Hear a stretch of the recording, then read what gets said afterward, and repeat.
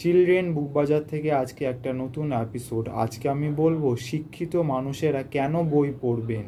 এ সম্বন্ধে স্বামীজির একটি ঘটনা আজকে বলবো। ধর্ম সম্মেলনের প্রথম কয়েকদিন সভাস্থলে খ্রিস্ট ধর্মের জয়গান মুখরিত ছিল এবং একই সময় হিন্দু ধর্মের উপর সমালোচনার বন্যা বয়ে যাচ্ছিল।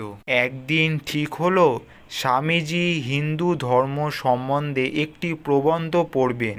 সেই দিনই হিন্দু ধর্মের উপর আক্রমণ চরমে উঠল। স্বামীজির উত্তর শোনার জন্য সবাই অধীর আগ্রহে অপেক্ষা করছিল।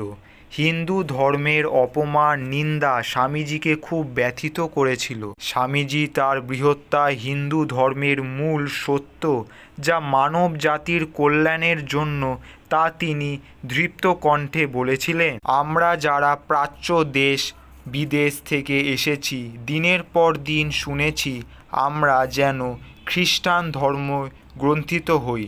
খ্রিস্টান জাতির সবচেয়ে ধনী ইংল্যান্ড।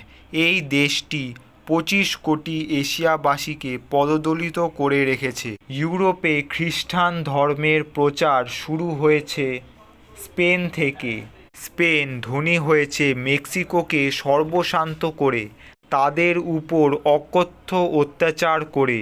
এই উপায় অবলম্বন করে হিন্দুরা ধনী হতে চায় না। এরপর বলেছিলেন, আপনারা কারা হিন্দু ধর্মের উপর দু একখানা ধর্মগ্রন্থ পড়েছেন, হাত তুলুন। মাত্র 2-4 জন হাত তুলেছিলেন।